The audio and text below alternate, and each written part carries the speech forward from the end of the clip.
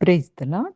ప్రభు పేరిట మరొక దినంలోకి మీకందరికీ వందనాలు. ఈ దినం ప్రభు మన కొరకు ఏర్పాటు చేసుకున్న వాక్య భాగము యోహాను సువార్త 4వ అధ్యాయము 15వ వచనం నుంచి మనం చదువుకుందాం. ఆ స్త్రీ ఆయనను చూచి, అయ్యా, నేను దప్పి కొనకుండునట్లు చేదుకొనుటకు ఇంత దూరం రాకుండునట్లు ఆ నీళ్లు నాకు దయచేయమని అడగగా, యేసు, నువ్వు వెళ్ళి నీ పెనిమిటిని పిలుచుకొని ఇక్కడికి రమ్మని ఆమెతో చెప్పెను. ఆ స్త్రీ, నాకు పెనిమిటి లేడనగా, యేసు ఆమెతో, నాకు పెనిమిటి లేడని నువ్వు చెప్పిన మాట సరియే. నీకు 5గురు పెనిమిట్లుండ్రి. ఇప్పుడు ఉన్నవాడు కూడా నీ పెనిమిటి కాడు. సత్యమే చెప్పితివి అనెను. అప్పుడు ఆ స్త్రీ, అయ్యా, నువ్వు ప్రవక్తవని గ్రహించుచున్నాను. మా పితరులు ఈ పర్వతమందు ఆరాధించిరి, కానీ ఆరాధింపవలసిన స్థలము యెరూషలేములో ఉన్నదని మీరు చెప్పుదురని ఆయనతో అనగా, యేసు ఆమెతో ఇట్లనెను, అమ్మా, ఒక కాలం వచ్చుచున్నది. ఆ కాలమందు ఈ పర్వతం మీదైనను యెరూషలేములోనైనను మీరు తండ్రిని ఆరాధింపరు. నా మాట నమ్ముము. మీరు మీకు తెలియని దానిని ఆరాధించువారు. మేము మాకు తెలిసిన దానిని ఆరాధించువారము. రక్షణ యూదులలో నుండియే కలుగుచున్నది. అయితే యథార్థంగా ఆరాధించువారు ఆత్మతోనూ సత్యముతోనూ తండ్రిని ఆరాధించు కాలం వచ్చుచున్నది. అది ఇప్పుడును వచ్చేయున్నది. తన్ను ఆరాధించువారు అట్టివారే కావాలని తండ్రి కోరుకొనుచున్నాడు. దేవుడు ఆత్మ కనుక ఆయనను ఆరాధించువారు ఆత్మతోనూ సత్యముతోనూ ఆరాధింపవలెనను. ఆ స్త్రీ ఆయనతో, క్రీస్తనబడిన మెస్సయ్య వచ్చునని నేనెరుగుదును. ఆయన వచ్చినప్పుడు మాకు సమస్తము తెలియజేయునని చెప్పగా, యేసు, నీతో మాటలాడుచున్న నేనే ఆయననని ఆమెతో చెప్పెను. హల్లెలూయా! హల్లెలూయా! పరిశుద్ధ దేవుడు ఈరోజు ఈ వాక్య భాగం ద్వారా మనతో మాట్లాడడానికి ఇష్టపడుతూ ఉన్నారు. నిన్నటి దినమందు కూడా మనము సమరయ స్త్రీ యొక్క భాగాన్ని కొంచెం ధ్యానం చేసుకుందాం. ఇక్కడ కూడాను మనం చూసుకోగలిగితే వెంటనే ఆ స్త్రీ ఏమంటుంది, అయ్యా, అయితే ఆ నీరు నాకివ్వండి, నేను దప్పికొనకున్నట్లు, మళ్ళా ప్రతిరోజు నీరు తోడుకోవడానికి ఇక్కడికి రాకుండాన్నట్లు నాకు కూడా ఆ నీరు ఇవ్వరా అని అడుగుతుందనమాట. సమరయ స్త్రీ ఇంకా అప్పటికి భౌతికమైన నీటిని గురించి ఆలోచిస్తుంది. యేసుక్రీస్తు ప్రభువారు చెప్పిన జీవజలము పరిశుద్ధాత్మ ద్వారా లభించే నిత్య జీవాన్ని సూచిస్తుంది. అది అప్పటికి ఆమెకు అర్థం కాలేదు. కాబట్టి ఈరోజు మన జీవితాల్లో కూడా అదే, దేవుడు ఆత్మీయ ఆశీర్వాదాలు ఇవ్వాలనుకుంటుంటే మనమేమో భౌతిక అవసరాల కొరకే ఎప్పుడు కూడాను అడుగుతూ ఉంటాము. దేవుని యొక్క వరాలు, ఆశీర్వాదాలు ఈ లోక అవసరాలకు కాదు, మన ఆత్మలకు కూడా జీవాన్ని ఇచ్చేలాగా ఉంటాయి. హల్లెలూయా! హల్లెలూయా! తర్వాత యేసుక్రీస్తు ప్రభువారు ఆమెతో ఏమంటున్నారు, నీ భర్తను పిలుచుకొనిరా అన్నారు. వెంటనే ఆమె, నాకు భర్త లేడు అని నిజం చెప్తుంది. ఇంకా ఆమె జీవితాన్ని యేసుక్రీస్తు ప్రభువారు పూర్తిగా చెప్పారు. నువ్వు చెప్తుంది నిజం. నీకు 5గురు భర్తలున్నారు. ప్రస్తుతం ఉన్న వ్యక్తి కూడా ఆమె భర్త కాదు అని యేసుక్రీస్తు ప్రభువారు ఎప్పుడైతే చెప్పారో, ఆ చెప్పగానే అంటే ఇక్కడ యేసుక్రీస్తు ప్రభువారు ఆ మాట చెప్పింది ఆమెను అవమానపరచడానికి కాదండి. మన ఆత్మీయ పరిస్థితిని గుర్తు చేస్తున్నారనమాట. అంటే మనం ఏ స్థితిలో ఉన్నామో ముందు గుర్తించుకొని తర్వాత మనకి రక్షణ పొందటం సాధ్యమవుతుంది. మన పాపాన్ని గుర్తించకుండా రక్షణ పొందటము సాధ్యమవ్వదు.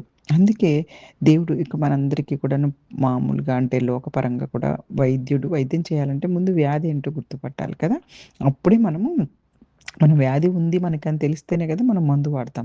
ఈరోజు అదే, పాపంలో ఉన్నావు అన్న స్థితిని ఆమెను గుర్తు చేస్తున్నారు. అంతే తప్పించి అదేదో అవమానపరచడానికి కాదు. పరిశుద్ధాత్మ దేవుడు మన జీవితంలో మనం దాచిపెట్టిన విషయాలన్నీ కూడా మన ముందు బయట పెట్టేది దేనికి అంటే, మనల్ని అవమానపరచడానికి కాదు, కానీ మనల్ని పశ్చాత్తాపంతోటి వాటిని వదిలిపెట్టి మనం ముందుకు నడవడానికి. మొదటి యోహాను గారు రాసిన పత్రికలో కూడాను 1 అధ్యాయం 9వ వచనంలో మనందరికీ తెలుసు కదా! మన పాపములను మనం ఒప్పుకొనిన యెడల ఆయన నమ్మదగిన వాడును, నీతిమంతుడనై వాటిని క్షమించును. కాబట్టి మనం ఒప్పుకోవాలి ముందు. వెంటనే ఆమె, అయ్యా, మీరు ప్రవక్త అని గ్రహించుచున్నాను అంటుంది. యేసుక్రీస్తు వారి గురించి ఆమె అభిప్రాయం చూడండి. మొదటి నుంచి ఆ యొక్క మాట్లాడిన సందర్భం నుంచి ఎలా మారిపోతూ వస్తుందో ఆ సందర్భం. మొదట ఈయన యూదుడు అనుకుంది. తర్వాత కొంచెం సేపటికి ప్రభువా అని మాట్లాడడం మొదలెట్టింది. ఆ తర్వాత చూస్తే ఇప్పుడేమంటుంది, నువ్వు ప్రవక్తవి అంటుందనమాట. చూసారా? మొదటేమో, నువ్వు యూదుడివి కదా, నాతో ఎందుకు మాట్లాడుతున్నావు అంది. ఆ తర్వాత ఆయన చెప్తున్న విషయాలను బట్టి ప్రభువా అని చెప్పేసేసి తనను తాను తగ్గించుకొని ఆయనను ప్రభువుగా గుర్తిస్తుంది. ఇప్పుడు ప్రవక్తగా గుర్తిస్తుంది. ఇప్పుడు కొంచెం సేపట్లో మరలా మెస్సయ్యాగా కూడా గుర్తుపట్టేస్తుంది. విశ్వాసం కూడా ఇలాగే మన జీవితాల్లో పెరగాలి. యేసుక్రీస్తు ప్రభువారి దగ్గరికొచ్చిన తర్వాత. ఇంకా ఆ తర్వాత ఆవిడ ఆరాధన ఎక్కడ చేయాలి అనే విషయాన్ని కూడా సమరయ స్త్రీ అడుగుతుందనమాట. అంటే అప్పటికి ఆమెకు తెలిసిన విషయం వరకు ఏంటంటే యెరూషలేము దేవాలయం మీద యూదులు చేస్తారు. మేము సమరయులమేమో ఇక్కడ ఉన్నటువంటి ఆ గెరిజిం అనే కొండ ఉంటుందక్కడ. ఆ కొండ మీద చేసుకుంటుంటారు. ఈ విషయము చూడండి ఆమె అంటే అలాగా ఎంతో ఓపెన్‌గా అడుగుతుందనమాట. అయితే అక్కడ యేసుక్రీస్తు ప్రభువారు తండ్రిని ఆరాధించేవారు ఆత్మతో, సత్యంతో ఆరాధించాలి తప్పించి, ఈ కొండ మీద, ఆ కొండ మీద అన్న విషయాన్ని కాదన్న విషయాన్ని ఇక్కడ ప్రభువారు తెలియపరుస్తూ ఉన్నారు. చూడండి ఇక్కడ ఈ యొక్క వాక్య భాగంలో మనం చూసుకోగలిగితే గనక అయిత్ యథార్థంగా ఆరాధించువారు ఆత్మతోనూ, సత్యముతోనూ తండ్రిని ఆరాధించు కాలం వచ్చుచున్నది. అది ఇప్పుడే వచ్చున్నది. అంటే ఆరాధించేవారు అట్టివారు కావాలని తండ్రి కోరుకొనుచున్నారు. హృదయపూర్వకంగా పరిశుద్ధాత్మ ప్రేరణతో, ప్రేమతో, నిజమైన భక్తితో మనం ప్రార్థన చేయాలి. కేవలం పెదవులతోటి మనము ప్రార్థన చేసేవారిగా ఉండకూడదు. సత్యముతో అంటే దేవుని యొక్క వాక్యానికి అనుగుణంగా చేయాలి. యేసుక్రీస్తు ప్రభువారి ద్వారానే మాత్రమే మనం ప్రార్థన చేయగలగాలి.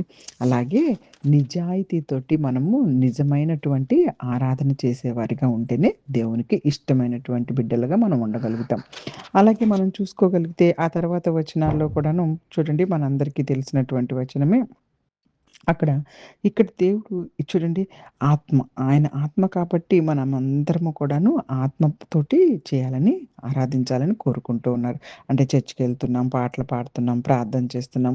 ఇయన్నీ కూడాను దేవునికి ఇష్టమైనవిగా ఉండాలి. హల్లెలూయా! హల్లెలూయా! ఇక్కడ 25వ వచనంలో కూడాను చూడండి అక్కడ ఆమె ఏమంటూ ఉందో, ఆ స్త్రీ ఆయనతో క్రీస్తనబడిన మెస్సయ్య వచ్చునని నేను ఎరుగుదును. ఆయనొచ్చినప్పుడు మాకు సమస్తము తెలియజేయును అంటున్నారు. సమరయులకు కూడా తెలుసు, అందరికీ తెలుసు ఒక రక్షకుడు వస్తారని చెప్పేసేసి. ఆయనొచ్చినప్పుడు అన్ని సందేహాలకు సమాధానం చెప్తారని. వెంటనే యేసుక్రీస్తు ప్రభువారు నీతో మాట్లాడుచున్న నేనే ఆయననని చెప్పారండి. హల్లెలూయా! చూసారా?